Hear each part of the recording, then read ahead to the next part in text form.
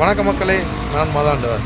நம்ம இப்போ யாரை பற்றி இன்றைக்கி பேச போகிறோம்னா, நமது தமிழ்நாடு முதலமைச்சர் ஐயா முத்துவேல் கருணாநிதி ஸ்டாலினை பற்றி பேச போகிறோம். ஐயா பெண்களுக்கு இலவச பயண ஊர்தி கொடுத்து எத்தனையோ கஷ்டப்படுற பெண்கள் இலவசமாக பயணம் செய்கிறதுக்கு உதவி செய்திருக்காரு. அதுபோக தமிழ் புதல்வன் திட்டம் மூலமாக ஏழை எளிய மாணவர்களுக்கு நிறைய படிப்பதற்கு சலுகை அளிச்சிருக்காரு. இது மாதிரி சொல்லிக்கிட்டு நிறையா போகலாம்.